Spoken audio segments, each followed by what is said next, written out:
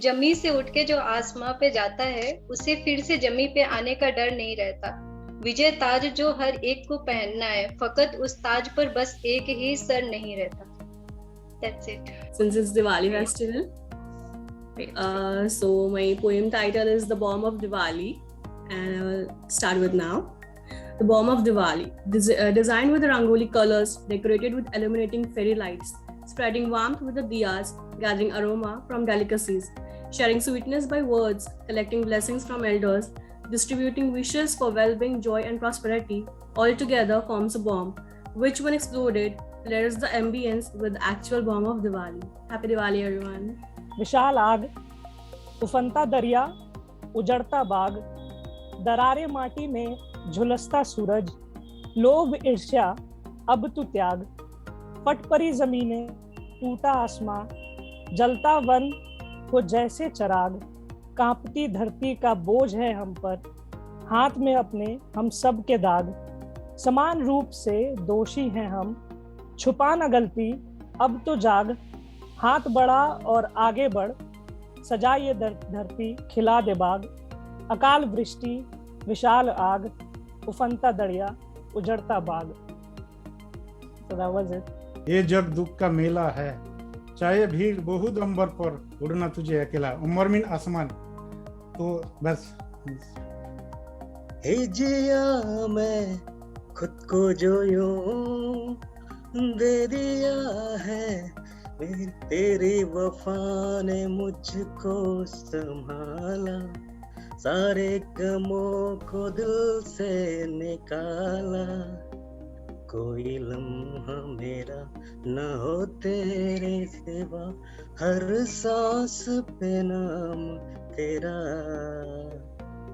क्योंकि तुम ही हो, बस तुम ही हो, जिंदगी अब तुम ही हो, चैन भी मेरा दर्द भी, मेरी आशिकी अब तुम ही हो।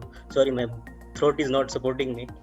बड़े अच्छे लगते हैं ये धरती, ये नदियाँ, ये रहना और तुम,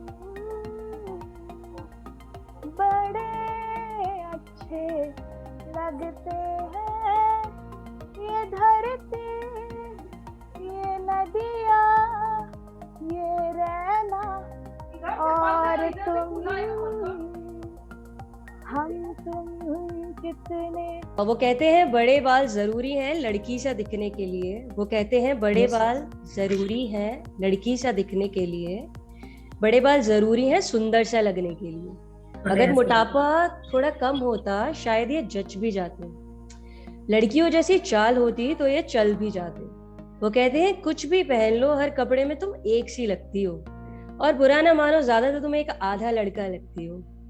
वो जब भी मिलते हैं कुछ सवाल होते हैं, कई सवाल होते हैं। सॉरी, पहले वो शादी कब करोगी ऐसा पूछते हैं, उम्र निकल जाएगी ऐसा भी बोलते हैं, और अगर ज्यादा खुरेशने का मन हुआ तो क्या माँ बाप पर रहोगी ऐसा भी बोल देते हैं, या फिर हंसकर कहीं लड़कियां तो नहीं पसंद ऐसा भी पूछ लेते हैं।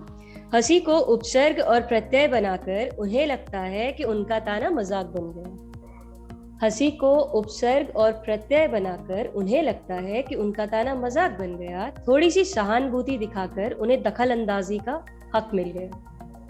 क्योंकि बिना कारण लड़कियां शादी ना करें उन्हें समझ नहीं आता, अपनी मर्जी सा दिखना नहीं आता समझ, अपनी मर्जी से जीना उन्हें बिल्कुल समझ नहीं आता। वो कहते हैं बड़े बाल जरूरी हैं क्योंकि ऐसे ही चलता है, ऐसे ही देखा है उन्होंने, लड़की का लड़की जैसा दिखना अच्छा लगता है, कद की ऊंचाई, पेट की चौड़ाई, सुमेल अंग, खाल का रंग, चलने का अंदाज, बैठने का ढंग, लड़की होने के कई नियम हैं और लंबे बाल उसमें से सबसे अहम। मेरे अस्तित्व के नियम वो बरसों से बना रहे हैं, मेरी हद भी वो मुझे बार बार याद दिला रहे हैं। मेरे लिए कायदे दायरे लिखने में इतने मशगूल हैं कि इंसानियत क्या होती है भूले ही जा रहे हैं। मगर अब मैं भी पूछने लगी हूँ, उनकी समझ को समझने लगी हूँ, उनकी कोशिशों को परखने लगी हूँ, उनकी चुनौतियों को कबूल करने लगी हूँ। अपने विश्वास, अपने अंदाज, अपने शब्द, अपनी आवाज, अपने फैसले, अपना ख्याल, अपने बाल, अपने कण कण के साथ अब मैं भी बेपर ही उड़ने लगी हूँ, अब मैं भी बेपर ही उड़ने लगी हूँ. That's all. So how many of you like change, or you even look forward to that? Any kind of change at workplace, in your relationships, at home, in daily routine, or anything that you may think of? Well, not many, I'm sure. Am I right? I think that's quite normal because we get accustomed to our daily routines, we get comfortable with our old friends, family members, and relatives, and we become a pro in performing the old jobs at work every day. We get so used to the existing pattern of life that we dislike any change, for which we might have to make different kind of efforts. And for some, we might have to get out of our comfort zone as well. When I say existing pattern of life, it means we are doing nothing new. We are following the same course each and every day, and most importantly, we are in our comfort zones. Well, I don't know about others, but any kind of change definitely gives me a kick. I'm not saying that I like changes, but somehow I always look forward to change. It can be any kind of change. The weird part is this: even if I know that the upcoming change would be unfavorable to me or might be difficult to cope up with, still it kind of gives me an excitement. I don't know if this is normal or people may find my personality a bit strange. What I have analyzed about my personality based on the above is, I like challenges. I get bored very soon with the same pattern of life each day. I believe in myself that I have the capacity to deal with anything. I believe that I'm not completely utilizing my capacity to do whatever needs to be done or whatever I want to do. I am a firm believer that life offers different phases and each phase of life must be enjoyed. So, do you find me strange, or can you relate with me if you have similar personality traits like mine? So this is it.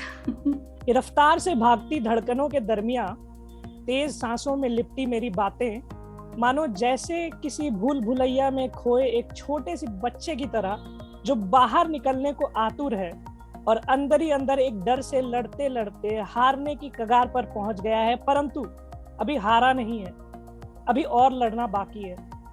सांसें धीरे धीरे और रफ्तार पकड़ रही है और शब्दों का कोई भी मतलब नहीं बन पा रहा है. होंठ कांप रहे हैं, कांप रहा है समस्त शरीर, हर एक अंग साथ छोड़ रहे हैं, आंखें टिमटिमा रही हैं, कुछ ढूंढ रही हैं शायद.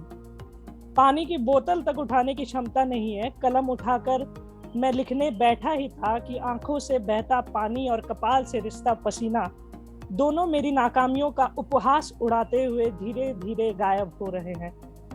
हाथों में कलम ठहर नहीं पा रहा है, पांव ठंडे पड़ गए हैं, होंठ नीले पड़ने को तैयार हैं. लगता है कि अब सब कुछ शांत हो जाएगा. किसी भी मुहूर्त लगे है कि मेरे हाथ से ये कलम छूट जाएगा और किसी भी क्षण शायद अचानक मुझे सब चाहने लगेंगे. That's it.